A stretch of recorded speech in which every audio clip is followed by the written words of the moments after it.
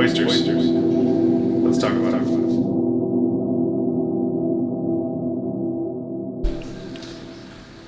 Yeah, truthfully, this is something I never ate growing up. I was never a big fan of them.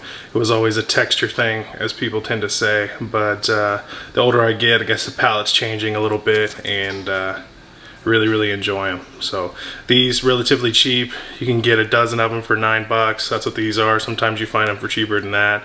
But anyway, opening them is the hard part, and that's it. So we're gonna go ahead and show you how to do it. Oyster time. Hey, so we have our knife here, oyster knife, not a butter spreader, but looks dull, doesn't have a point on it, but people, do not fool yourself. This thing can cut you. When you put a lot of force on things, yeah, it can definitely slip off and it'll go through you. All right, hey, so we have a couple different oysters here.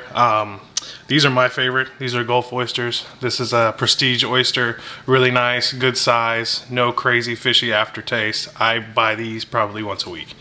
And then here, this is specifically one they had from Maine, little salties, but if you look at the difference between them, definitely a difference in shape, definitely a difference in cleanliness of water. The one on the left here is really clean, really nice. This one you could tell it's been in some kind of murky water. But at the end of the day, opening them is gonna be the same conceptually. So let's go ahead and start with this Gulf Prestige. We're gonna take our knife, whatever hand you are, left or right. We're looking for this. This is the opening. This is where we're going to put our knife and pop.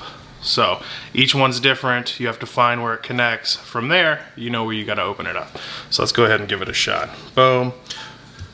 Towel over the top. Still exposing what we need to expose here. Points in. Boom. Twist and pop. From there, we're open. We're gonna ease our thumb in here. Boom. So we've got our oyster there. So there's muscles that connect the oyster. Right here, there's one on this side, as well as this side. So once it's cut here, what we're gonna do is go under, separate that muscle, boom, this thing's ready to go. So, yeah, at the end of the day, this is what we're working with here.